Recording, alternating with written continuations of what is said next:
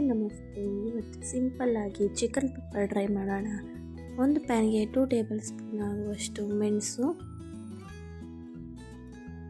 Dry roast ಮಾಡ್ಕೊಳ್ಳೋಣ. ಸ್ವಲ್ಪ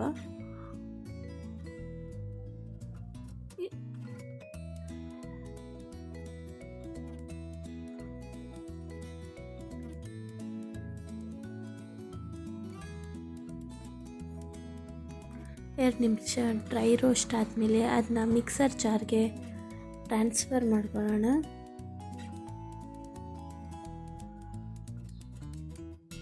ಅದೇ ಪ್ಯಾನ್ಗೆ 1 ಸ್ಪೂನ್ ಜೀರಿಗೆ, 1 ಸ್ಪೂನ್ ಸೋಂಪು ಕಾಳು, ಅದನ್ನು ಸ್ವಲ್ಪ ಡ್ರೈ ರೋಸ್ಟ್ ಮಾಡಿಕೊಂಡು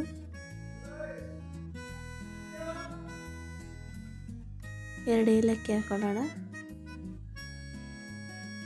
20 ಸೆಕೆಂಡ್ಸ್ ರೋಸ್ಟ್ ಮಾಡಿಕೊಂಡು ಇದನ್ನು ಕೂಡ ಮಿಕ್ಸಿ ಜಾರ್ಗೆ ಹಾಕೊಂಡು ಫೈನ್ ಪೌಡರ್ ಮಾಡ್ಕೊಳ್ಳೋಣ. ಈ ಥರ ನೈಸಾಗಿ ಪೌಡರ್ ಮಾಡಿಕೊಂಡು ನೆಕ್ಸ್ಟ್ 1 kg ಅಷ್ಟು ಚಿಕನ್ ತಗೊಂಡಿದ್ದೀನಿ. ಮಾಮೂಲಿ ಪೀಸ್ ಮೀಡಿಯಮ್ ಆಗಿ ಸಣ್ಣದಾಗಿದೆ. ಒಂದು ಬಾಣಲಿಗೆ ಎಣ್ಣೆ ಹಾಕೊಳ್ಳೋಣ. ಎಣ್ಣೆಗೆ 1 ಈರುಳ್ಳಿ ಗೋಲ್ಡನ್ ಬ್ರೌನ್ ಆಗೋವರೆಗೂ ಡೀಪ್ ಫ್ರೈ ಮಾಡ್ಕೊಳ್ಳೋಣ. ಶಾಲೋ ಫ್ರೈ ಮಾಡ್ಕೊಳ್ಳೋಣ. ಅದಕ್ಕೆ ಶುಂಠಿ ಬೆಳ್ಳುಳ್ಳಿ ಪೇಸ್ಟ್ 2 ಟೇಬಲ್ ಸ್ಪೂನ್, ಹಾಗೆ ಒಂದು ಸ್ವಲ್ಪ ಅರಿಶಿನ ಪೌಡರ್, ಅದಕ್ಕೆ ಚಿಕನ್ ಹಾಕೊಳ್ಳೋಣ. ಇವಾಗ ಕ್ಲೀನಾಗಿ ತೊಳೆದಿಟ್ಕೊಂಡಿರುವಂಥ ಚಿಕನನ್ನು ಹಾಕಿ ಚೆನ್ನಾಗಿ ಮಿಕ್ಸ್ ಮಾಡ್ಕೊಳ್ಳೋಣ. ಒಂದು 2 ರಿಂದ 3 ನಿಮಿಷ ಆ ಚಿಕನಲ್ಲಿರೋ ನೀರೆಲ್ಲ ಹೋಗಬೇಕು, ಅಲ್ಲಿವರೆಗೂ ನಾವು ಚೆನ್ನಾಗಿ ಫ್ರೈ ಮಾಡ್ಕೊಳ್ಳೋಣ.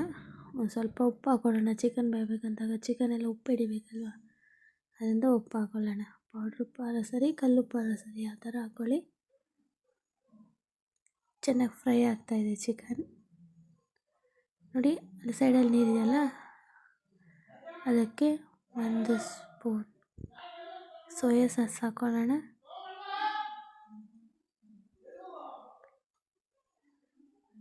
ಒಂದು 2 ನಿಮಿಷ ಆದಮೇಲೆ ನಾವು ಪೌಡರ್ ಮಾಡ್ಕೊಂಡಿದ್ವಲ್ಲ, ಪೌಡರ್ ಹಾಕೊಳ್ಳೋಣ. ನೋಡಿ ಹಾಕ್ಕೊಳ್ಳೋಣ, ಏಕೆಂದರೆ ಜಾಸ್ತಿ ಹಾಕ್ಕೊಂಡ್ರೂ ತುಂಬ ಇದಾಗೋಗ್ಬಿಡುತ್ತೆ. ನಮಗೆ ಗೊತ್ತಾಗುತ್ತಲ್ಲ ಎಷ್ಟು ಬೇಕು ಅಂತ. ಅಷ್ಟು ಪೌಡರ್ ಹಾಕ್ಕೊಂಡು ಚೆನ್ನಾಗಿ ಮಿಕ್ಸ್ ಮಾಡ್ಕೊಳ್ಳೋಣ.